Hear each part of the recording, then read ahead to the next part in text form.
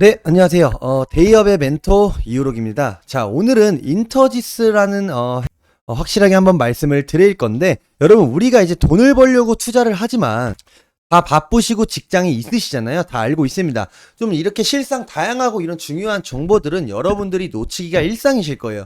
그래서 제가 이 일종의 주식 비서와 같이 좀 나 대신 책임지고 이 종목을 또 파헤쳐 주고 또 내 궁금증을 해소해 줄 사람이 분명히 필요할 겁니다. 일단 여러분 멀리 가지 마세요. 여러분이 여러분의 일을 하시는 동안 또 저는 제 1인 이 인터지스가 정말 너덜너덜해질 때까지 파헤쳐 보도록 하겠습니다. 제가 살아있는 한 이 종목만큼은요, 정말 기자 정신을 가지고 24시간 취재해서 전달 드릴 테니까요, 좀 계속해서 지켜봐 주시고요.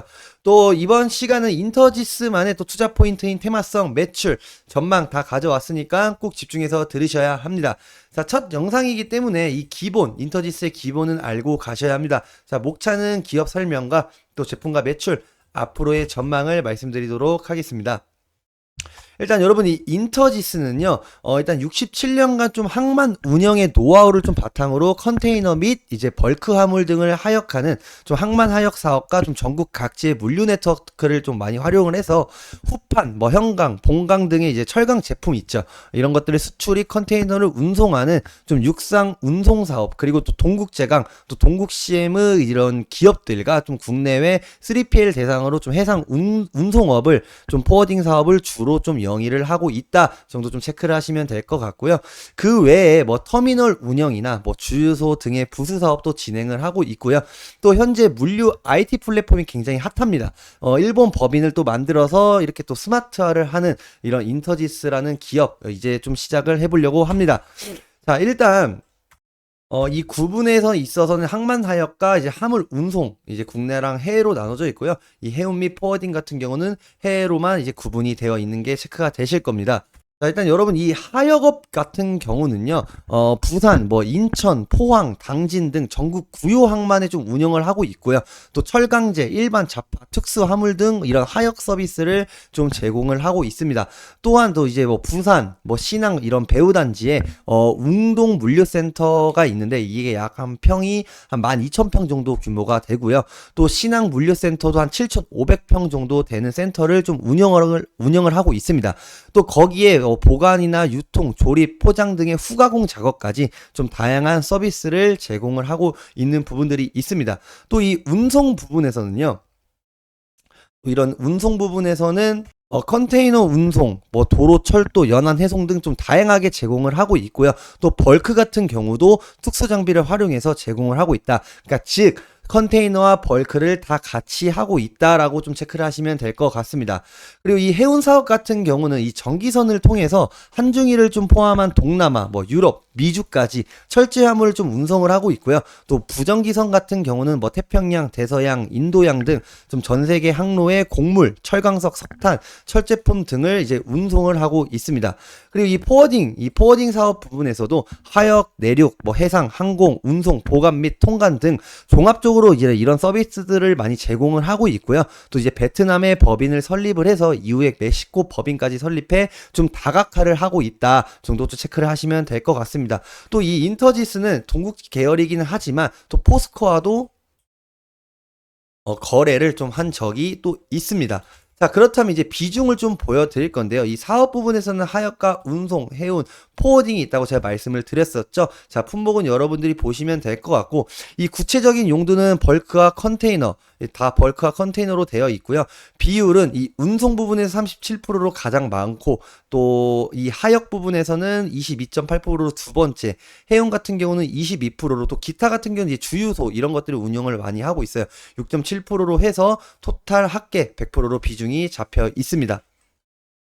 자, 그리고 일단 인터지스의 이제 품목의 달성률도 한번 갖고 와 봤는데요. 실적 대비해서 보통 이런 이제 다양한 품목을 조금 많이 취급을 하고 있기 때문에 이 생산 능력 자체를 좀 산출하기가 어렵습니다. 그렇기 때문에 이 생산 능력은 그냥 계획, 계획이라고 좀 보시면 될 것 같고요. 이제 이 계획 대비 실적이 이 정도 나왔다를 알려드리는 표입니다. 자, 보시면 하역 부분에서는 이 생산 능력이 이 정도지만 생산 실적이 이 정도가 나왔기에 달성률도 115%, 운송 부분에서는 106%, 뭐 해운에서는 75%, 포워딩에서는 84%, 기타 부분에서는 122%로 토탈 96% 정도 달성을 했다.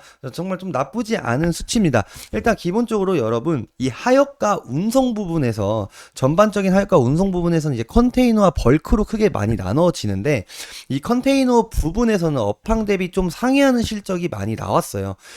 이게 무슨 말이냐면, 이 컨테이너 부분의 업황이 사실 많이 나쁘잖아요.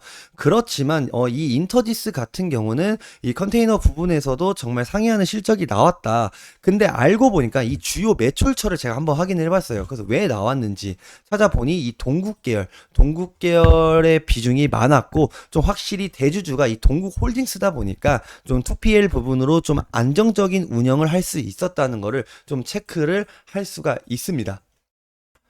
자, 그리고 다음에 이제 전망. 이 전망을 좀 보시면은, 사실 이 물류 산업의 이커머스 좀 성장으로 이 3PL, 확산을 통해서 좀 지속 성장을 할 수 있다라는 좀 장점이 있습니다. 자, 보시면, 보통 물류에는 이제 1PL, 2PL, 3PL이 있는데, 이거 같은 경우는 이제 IT가,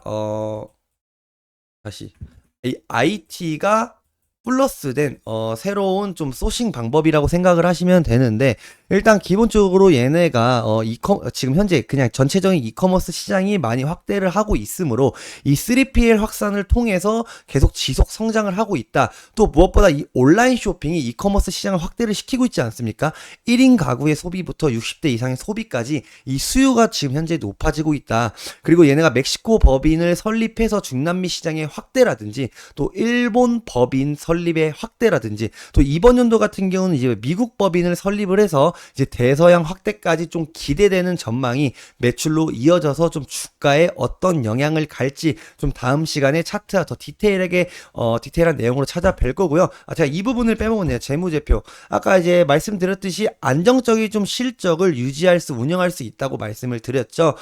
보면은 이 매출액 같은 경우도 이제 또 굉장히 많이 나왔지만, 이번 연도 같은 경우도 그래도 정말 보수적인 좀 안정적인 운영을 할 수 있었다. 일단 이 특수성으로 매번 설명을 하지만, 많이 올라갔으면 당연히 이 정도의 어느 정도의 조정은 필요합니다. 즉 안정화죠. 안정화되는 부분들이 필요하기 때문에 매출액과 영업이익은 감소했을지라도 결국엔 적자가 아닌 어느 정도 선방을 해줬다라고 좀 체크를 하시면 되시고요. 이 영업활동이나 투자활동, 재무활동도 굉장히 깔끔한 부분들 볼 수 있고, 이 부채 비율도 굉장히 낮은 편에 속하며 이 자본 유불까지도 굉장히 깔끔하다 정도 체크하면 될 것 같습니다. 어찌됐건 이 전망 자체는요, 제가 아까 그 전에 말씀드렸듯이 이 매출로 이어져서 또 어떤 주가에 영향을 갈지, 또 얘네가 이제 글로벌적인 이런 물류 확대 들로 인해서 어떻게 주가에 영향이 갈지는 다음 시간에 차트와 더 디테일한 내용으로 좀 찾아뵙도록 하겠습니다. 이상으로 영상 마치겠습니다.